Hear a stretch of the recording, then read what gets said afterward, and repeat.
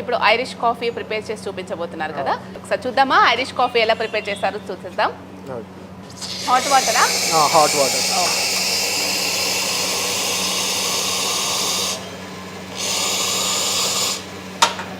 So hot వాటర్ని తీసేసుకున్నారనమాట. అవునండి. దీంట్లో ఫ్లేవర్స్ ఉంటాయా? ఐరిష్ కాఫీకి ఇదేనా యూజ్ చేసేది? ఇదే ఫ్లేవర్. ఇదే యూజ్ చేస్తారు. ఇంకా దీంట్లో ఎన్ని రకాలు ఉంటాయి? అంటే వేరే కాఫీస్లో ఉంటాయి. Cappuccino, cinnamon, okay, hazelnut cappuccino, okay, Irish cappuccino, okay, ఇలా కూడా ఉంది. ఒక 10 అట్లా ఉంటాయా వెరైటీస్ కాఫీస్లో?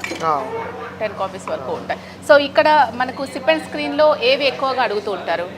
ఇది cappuccino, black coffee, okay, mocktails తీసుకుంటారు ఎక్కువ. ఓకే. మరి ఇన్ని ప్రిపేర్ చేస్తూ ఉంటావుగా, దాదాపుగా 10 వరకు నువ్వు ప్రిపేర్ చేస్తూ ఉంటావు కదా, నీకు బాగా ఇష్టమైంది ఏంటి కాఫీస్లలో? కాఫీలోనా ఐరిష్ కాఫీ ఎక్కువ ఇష్టం. ఐరిష్ కాఫీ ఎక్కువ ఇష్టమా? ఓకే. వాటర్ తీసుకున్న తర్వాత ఇదేంటి? ఐరిష్ సిరప్ 30 ml వేసుకోవాలి. ఓకే, ఐరిష్ సిరప్ 30 ml తీసుకోవాలన్నమాట. సో హాట్ వాటర్ తీసుకున్నారు, తర్వాత ఐరిష్ సిరప్ తీసుకున్నారు 30 ml. అది కూడా ఒక యాంగిల్లో పోస్తున్నారు, సో అది అందరికీ రాదు ఆర్ట్ అది. తర్వాత ఇప్పుడు మిల్క్ స్టీమ్ చేసుకోవాలి ఫోమ్. ఓకే. ఇప్పుడు ఎక్స్ప్రెస్ అది కాఫీ పౌడర్ తీసుకోవాలి. కాఫీ పౌడర్ అది.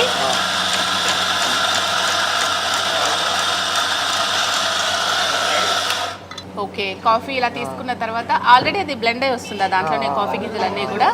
సో కాఫీలో కూడా చూస్ తీసుకుంటారా జనరల్గా ఇట్లాంటి కాఫీ టేస్ట్గా ఉండాలంటే? అట్లా అంటే ఇక ఒక్కొక్కరు ఒక్కొక్క దగ్గర ఉంటారు, సో వారికి ఇష్టమైన దాన్ని బట్టి. ఓకే. సో మనం ఇలా చేసుకున్న దాన్ని ఏమంటారు? ఇది ఎక్స్ప్రెసో. ఇది సో ఇది ఎక్స్ప్రెసో అనమాట. సో కాఫీని మనం అక్కడ చూసాం కదా, ఆ గ్రైండర్లోంచి తీసుకున్నారు కాఫీని. సో తీసుకున్న తర్వాత ఇలా అయింది ఎక్స్ప్రెసో. Okay, right. దీని తర్వాత ఇది మిల్క్ ఫోమ్ దీనిపైన వేసుకోవాలన్నమాట. ఓకే, ఫస్ట్ మిల్క్ ఫోమ్ వేసుకోవాలా? ఫస్ట్ మిల్క్ ఫోమ్ వేసుకోవాలి. ఓకే.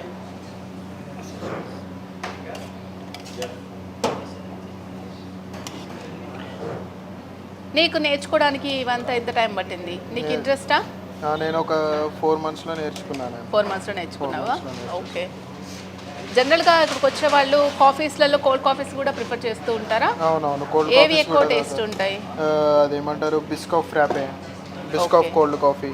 ఓకే. ఇప్పుడు ఎక్స్ప్రెస్ ఫోమ్ అయిపోయాక ఇది ఎక్స్ప్రెస్ చేసుకోవాలన్నమాట. Okay, okay, okay. ఫోమ్ తీసుకున్న తర్వాత ఎక్స్ప్రెస్ వేసుకోవాలి స్లోగా.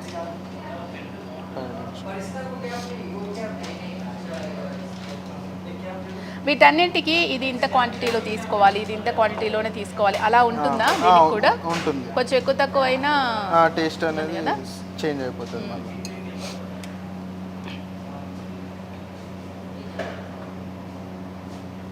సో ఇదన్నమాట ఐరిష్ కాఫీ రెడీ అయిపోయింది. సో ఐరిష్ కాఫీ రెడీ అయిపోయింది. సో చాలా డిఫరెంట్గా ఉండింది కదా. సో కాఫీ ప్రేమికులకైతే ఇలాంటి డిఫరెంట్గా అండ్ చూడడానికి కూడా చాలా సింపుల్గా చాలా బాగుంది. సిప్ అండ్ స్క్రీన్లో ఇలాంటి డిఫరెంట్ కాఫీస్ అండ్ మాక్టైల్స్ కూడా దొరుకుతున్నాయి అనమాట.